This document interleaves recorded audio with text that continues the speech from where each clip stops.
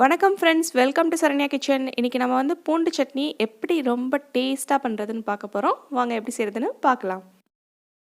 பூண்டு சட்னி செய்யும்போது நம்ம தோல் உரிக்கிறதுக்கு தான் ரொம்ப கஷ்டப்படுவோம். அதுக்கு வந்து இந்த மாதிரி தண்ணியில் போட்டு ஒரு 15 மினிட்ஸ் அளவுக்கு ஊற வச்சிட்டோன்னா பூண்டை வந்து நம்ம ஈஸியாக தோலை உரித்து எடுத்துடலாம் தனியாக. இப்போ வந்து நம்ம ஒரு கடாய் எடுத்துக்கலாம். கடாயில் வந்து ஒரு 3 டீஸ்பூன் அளவுக்கு எண்ணெய் ஆட் பண்ணிக்கலாம். அதில் வந்து 1 டேபிள் ஸ்பூன் அளவுக்கு உளுத்தம்பருப்பு, முழு உளுத்தம்பருப்பு நான் ஆட் பண்ணுறேன். பூண்டை வந்து உணவில் எடுத்துக்கும் போது வாய்வு தொல்லையெல்லாம் கம்மியாகும்.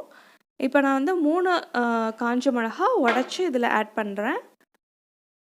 அது கூடவே வந்து ஒரு சின்ன துண்டு அளவுக்கு புளி.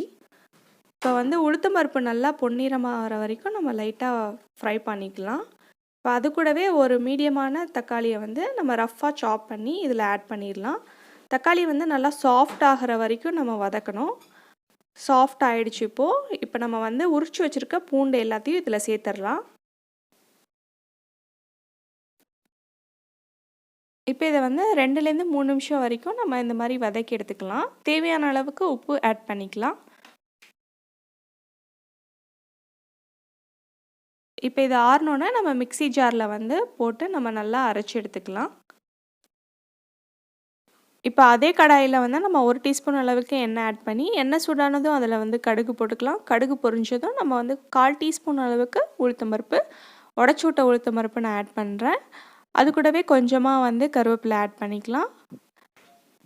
இப்போ நம்ம அரைச்சி வச்சுருக்க விழுதை எடுத்துகிட்டு வந்து இதில் ஆட் பண்ணிடலாம்.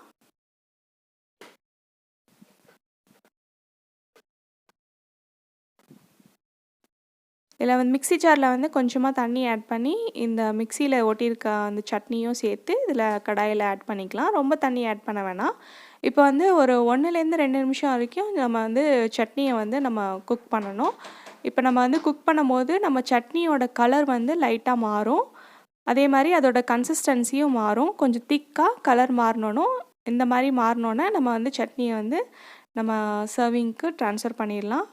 சுவையான ஆரோக்கியமான பூண்டு சட்னி தயார். பூண்டை வந்து நம்ம உணவில் எடுத்துக்கும் போது நமக்கு வந்து கேன்சரை வந்து ப்ரிவெண்ட் பண்ணுது. அதுவும் இல்லாமல் கொலஸ்ட்ராலை கம்மி பண்ண உதவுது. பிளட் சுகர் லெவலை வந்து கரெக்டாக வச்சுக்க உதவுது.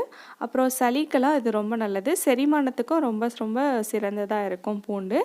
அதுவும் இல்லாமல் நம்மளோட எதிர்ப்பு சக்தியை வந்து அதிகப்படுத்த பூண்டு ரொம்பவே உதவுது.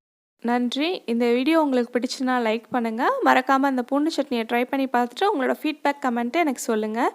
இந்த வீடியோ உங்களுக்கு பிடிச்சதுன்னா உங்கள் ஃப்ரெண்ட்ஸ் அண்ட் ஃபேமிலி கூட ஷேர் பண்ணுங்கள். மறக்காமல் சரண்யா கிச்சனை சப்ஸ்கிரைப் பண்ணுங்கள். கூடவே பெல் பட்டனையும் ப்ரெஸ் பண்ணுங்கள். இந்த நாள் இனிய நாளாக வாழ்த்துக்கள்.